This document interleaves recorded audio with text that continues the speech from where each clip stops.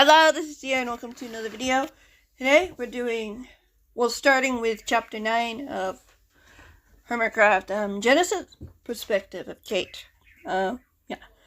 I don't know how long this will go. It's like I recorded this, thing that you're seeing for half an hour, so we'll see. We'll probably get 9 and 10, maybe 11, but I do have to be considerate because this book has 16 chapters, and yeah, we're already over halfway there, so let's get right into it. Just to be aware, there are captions to this video, so if you are interested in that kind of stuff, well, there you go. Let's get right on. Right on. Yeah, you might hear some Dazzler voiceover as well in the background. It's a good thing we have captions. Chapter 9. This place is so cool, Beverly gasped, eyes wide as Kate led her back to the main staircase to the main room. Yeah, I only got here yesterday. I can't believe it either. Kate grinned at her new friend. Is your dad rich or something? Beverly pressed. Kate tensed. He has a good paying job. Sorry, Beverly lowered her head.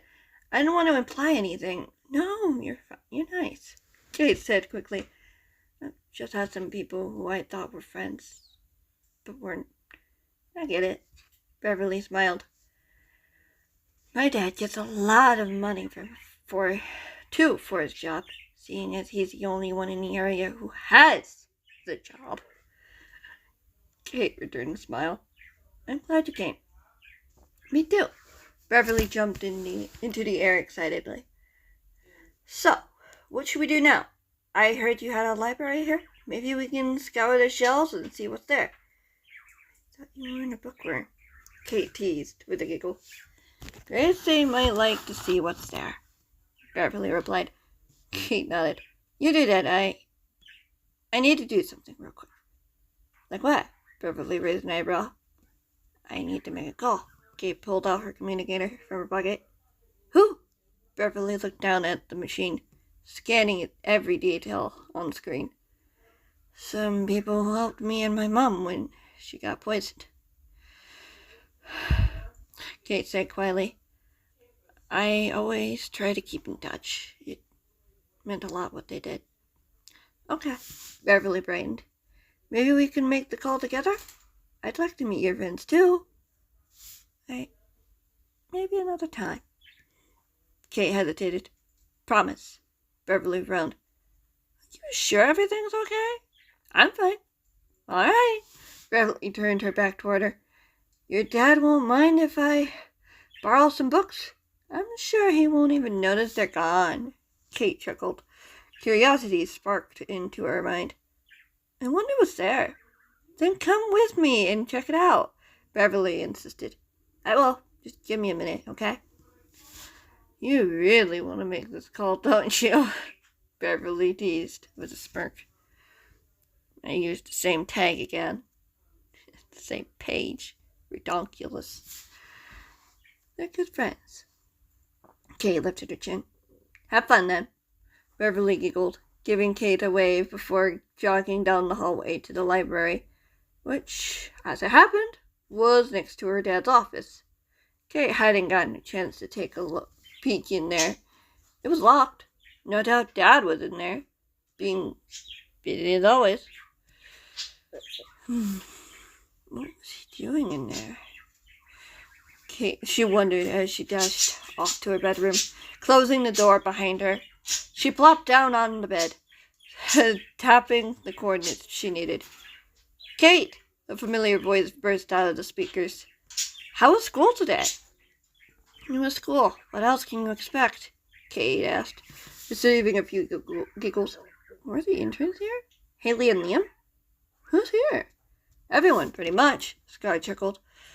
We've been waiting to hear from you. I missed you too. Kate giggled. Again with the giggles. No strange things happening? Both sides have been quiet, Claire reported. No one has has been spotted spying or sneaking in. Okay, Kate sighed. And Julius? Doing much better, the woman assured her. At least, he's not worried about what he found at the other base. What did he find? Kate frowned. Lapis. A whole storage room full of the stuff, Skid stated. She might need them for enchantments, like that mace we recovered. Kate winced. What was on it? We're not sure, Impulse replied, but it's strong stuff. I'm surprised there wasn't more damage. And the important thing is, everyone is okay, Scar said matter-of-factly. We'll be ready for her when she gets here. Maybe she doesn't even know you're not here. She doesn't even know you're not here. I've been told to be careful, just in case, Kate warned. Jack was adamant that I don't mention anyone connected to the stampede. The rumors are bad around here. Jack? He's there? Clara asked curiously. Yeah, he took me to and from school. My new friend Beverly wanted to see my place and hang out. She's checking out the library to see if there's any books she can borrow. Anything interesting? Haley asked. I don't know, I haven't looked. Kate shrugged. What kind of books would Dad keep in there? He doesn't read. I can see if someone can get you some, Haley offered. Like the combat book Eliza's reading? Kate perked up. You can send a copy, Haley assured her. Maybe something in that pile might interest your friend. You sure that's a good idea? Clara's tone was firm. Knowledge can be a dangerous thing. We don't want to drag her into unnecessary danger if we don't need to. I won't tell her too much, Kate insisted. Don't make that promise, Liam warned. You won't be able to keep it, especially if Rhinestone does learn you're there. Kate closed her eyes and nodded. I'll be careful. We're just glad you're doing okay, Jem said gently. Have you met any of the other protectors? Not yet, only Jack. See if you can't ask your dad to meet them, Clara offered. I'd like to know who's there and what's going on. I'll try, Kate promised before she added. I'm guessing you all know what's in my blood? Not all of them, Liam said. I've only told Scar and Claire. I'm telling the others along with you. Okay, Kate took a deep breath. Tell me. There was a long pause before Liam began. Your blood looks almost normal. You're mostly still there, but it's showing signs of change. What kind of change? Kate frowned. You're becoming more of a hybrid every day. So far, Gerald's DNA hasn't taken over. It's pretty small, like 10%. Enough for him to be in my head? Kate pressed. Hearing gasps from her friends.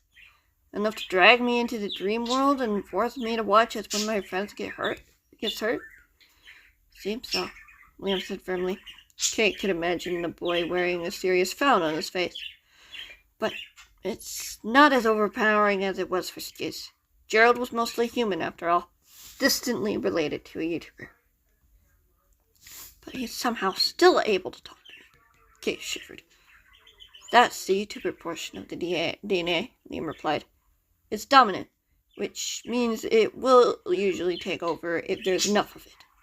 For you, there's not much. There's no risk of it happening. So long as Rhinestone doesn't get her grimy hands on me, Kate pointed out.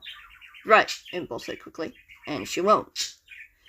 Can't promise that, Kate said plainly. Gerald has a point. No matter how much we plan, our enemies find a way to slip through. He always did, before he died. Even today, he still does, Liam mumbled. Force stabbed his hand, so he left. Rose has disappeared, and everything's a mess. Perfect for someone to come in and take control, Clara sighed. Not always with good intentions either. It'll take a lot to get to us, Green spoke up, his voice soft. Can't give up. I'll be sure to keep you posted on anything I find, Kate replied. Maybe Dad knows something about what's going on? If he did, you should have told one of us, Clara said bleakly. Well, he doesn't seem to trust any of you at the moment, Kate snapped before shaking her head. I just can't be what Rose wanted. Rose thought you'd be safer here, Haley said calmly. You know too much about the truth. She was worried that Defect Cause members would slip through the cracks of your security and harm you. Why would she be worried about me? Kate whispered. She didn't tell me or any of us, Liam said simply. But Haley's right. My aunt did those background checks. She agreed with our decision. Maybe she found something your father did, or noticed an issue that you're at your hometown. Who knows? Only that something gave her the hesitation to send you to the school or to your parents. Kate shuddered as Haley spoke up. Your safety was her priority as much as it was for the YouTubers. She was around your age when RJ captured one of her friends and tortured him. Levi was our dad's friend, Liam said softly. He took something he shouldn't have. RJ wasn't happy about it. You think I should leave them? Kate straightened. That's your father's choice, Clara said softly. Softly. He has the final say, as he has custody of you. Kate's shoulders slumped. I hate pretending everything's fine. It's not.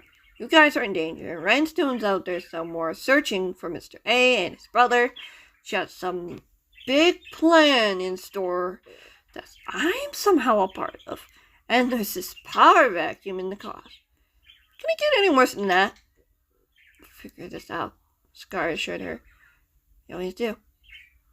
Kate closed her eyes and nodded. Stay safe. Please. I don't want anything to happen to you. You will, Skid said defiantly. No one's going anywhere or doing anything about it without us knowing. I'll see you soon, Kate whispered, pausing when she heard footsteps coming down the hall. I think Beverly is done looking through the library. I should go. When she leaves, I'll see if Jack can introduce me to the others and help me practice some battle moves. Maybe you work on my flying. Dad didn't take my wings away. Both chuckled. Don't let him get you. I won't, Kate said.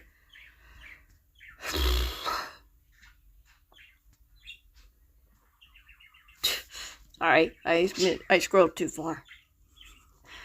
Wishing her friends well before ending the call, laying the device on her bed. The bedroom door opened as Beverly poked her head into the room. I couldn't find anything Gracie might like, Beverly sighed. There's a bunch of philosophy and psychology nonsense in there. Probably for his work, Grace said calmly. Don't worry. We can tell Gracie more fun books are coming. One of my friends said she's going to get some over here. Beverly's eyes flashed. That's good. I think you'd fall asleep with the books your dad has up there. Kate shrugged. Could help if I had trouble sleeping.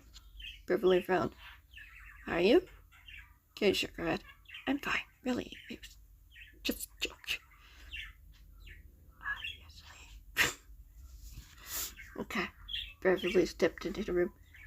Wow, you have a lot of dresses in here.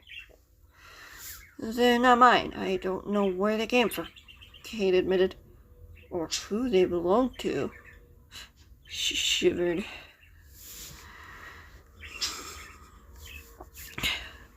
What's the cost of those?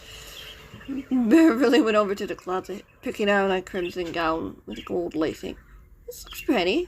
Can I have it if you don't want it? Sure, Kate shrugged.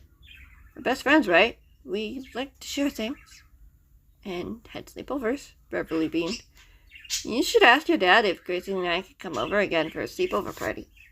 I'll ask him, Kate nodded, jumping out of bed before pocketing the communicator.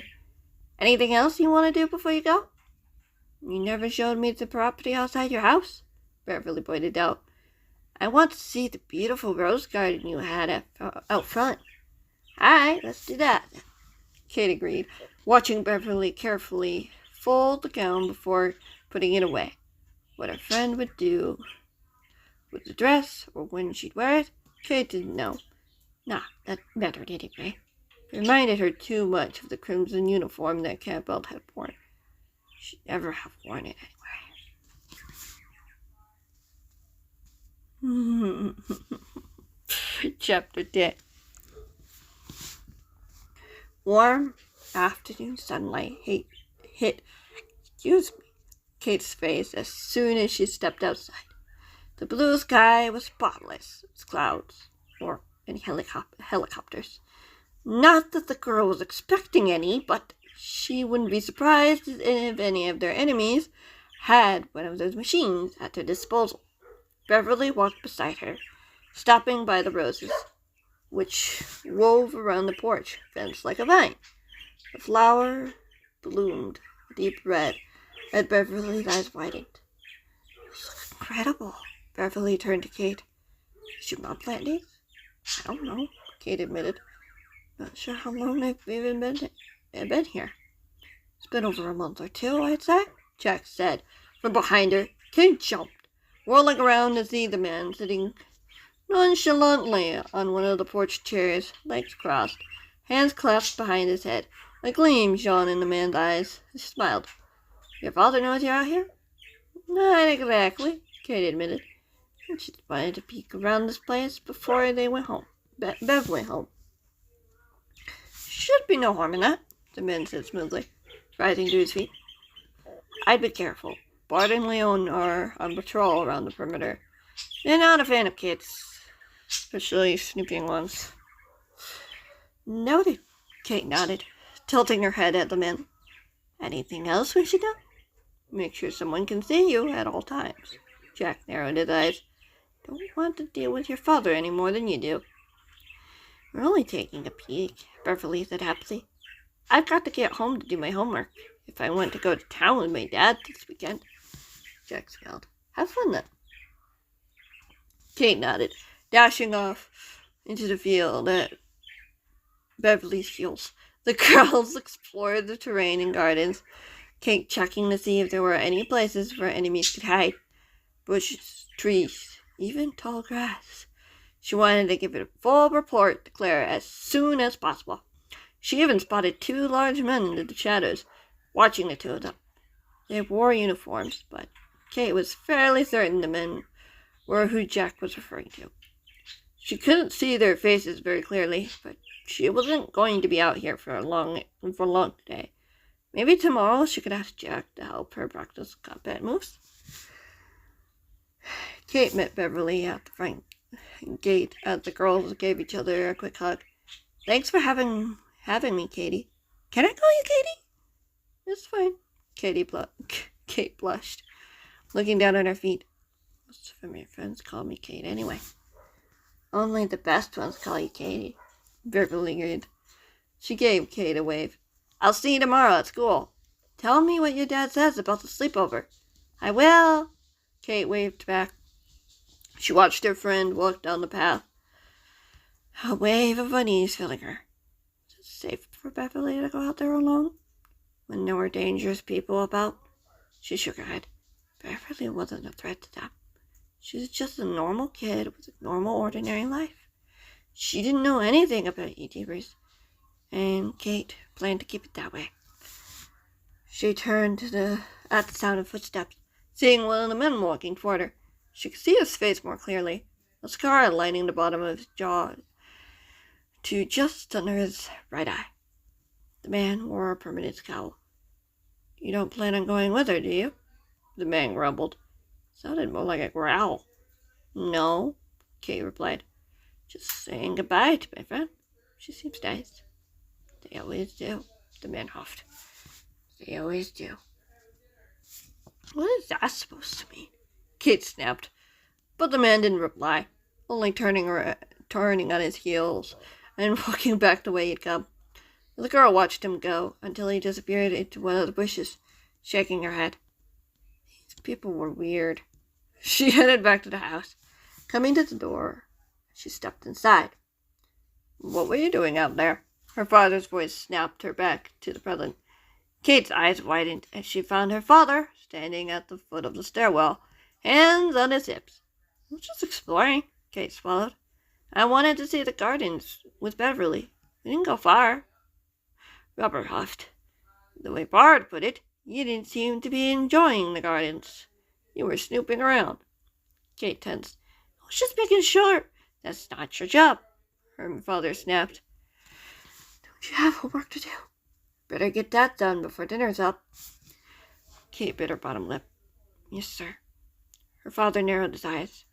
And, he cleared his throat, make sure you stay out of my library. Those books aren't for you.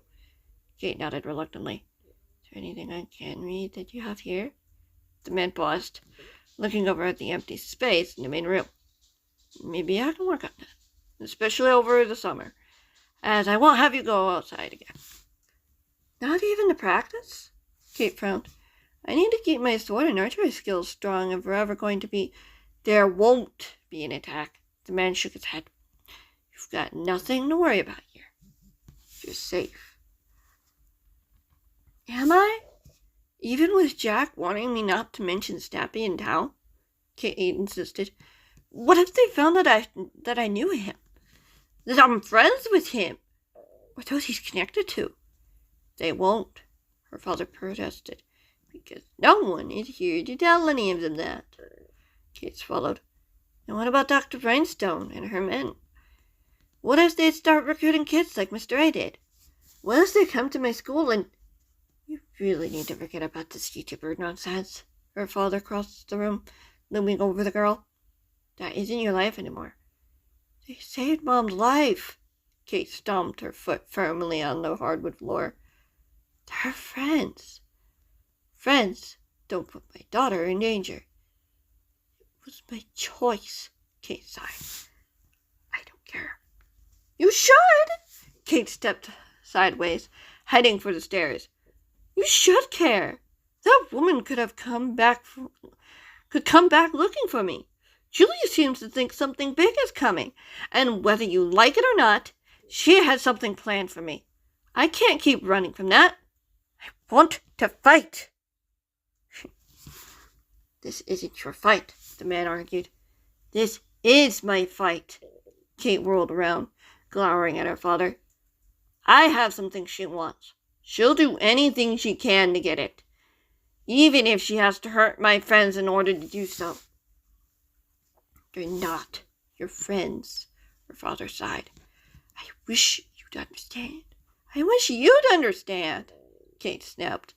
They found a cure for my mother. Even when Liam was captured because he was getting close, Impulse had just finished creating it when we had to leave. Campbell didn't want us to complete it, but they did. Because of that, our people, were saved. You don't get it. What they've done to our kind, the man shook his head. They may seem innocent on the outside, but they have a dirty past and an ugly future. They can't be trusted. We did as much as harm to them as they did to us, till that's the men who destroyed our home. The man narrowed his eyes. Tell your teachers what happened when those men stormed our town, burning our buildings, pillaging our shops, demanding vengeance we could not give. They were Mr. A's men. Maybe Campbell's, Kate insisted. They hated YouTubers. Campbell was hunting for YouTubers and believed our home was a sanctuary for them. The man growled. Did he? How would you know that? Kate snapped. How would you know that's what they wanted? There were no YouTubers in Orchardwood. That we know of, the man growled. Besides, a lot of growling. Like, I could probably remove this deck and be like, boom. That we know of. Besides, even if there weren't YouTubers there, it's because of them that the worlds are a mess. The world would be a better place without them. What? Kate gasped, taking a step backward, feeling the hardwood stare pressed against their ankles. Those men wouldn't have attacked if the YouTubers had left well enough alone, like they should have. The man took a step toward his daughter. Kate tensed. Yet, long after the war ended, centuries ago, they're still at it, pillaging homes, destroying lives. The man shook his head. I don't want you to be a part of that. You don't need those friends of yours. They're part of the problem. We begin with. If you just left well enough alone, Mom would have died. Kate gritted her teeth, feeling rage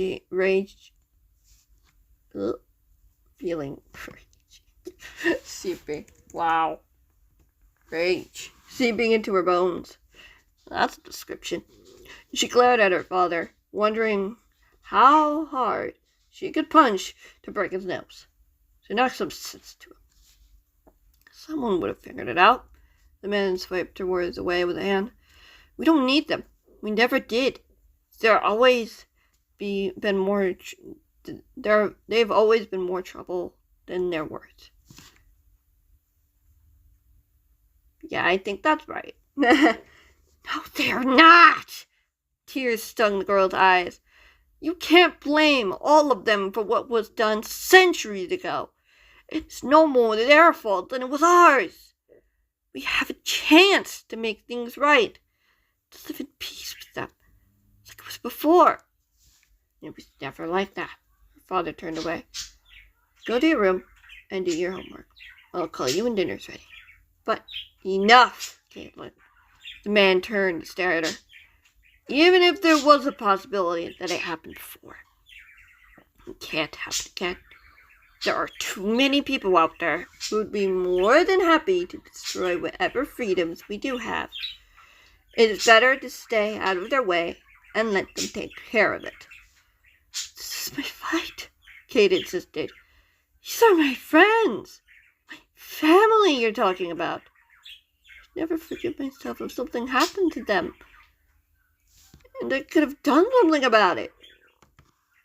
There is nothing you can do, Robert said firmly. This war has been won before it's even begun. Oh boy, that's going to be more true further down. Further down in the book. Oh boy, that's a very interesting final line for a chapter. But yes, we're going to leave it there. I hope you guys enjoyed this video. And stay tuned for chapter 11. Yeah. I'm still working on the book as of currently. But reading through this is helping me connect things together and make things interesting. But yeah. We just see where it goes. Have fun. I'll see you guys later. Whenever that might be. Goodbye.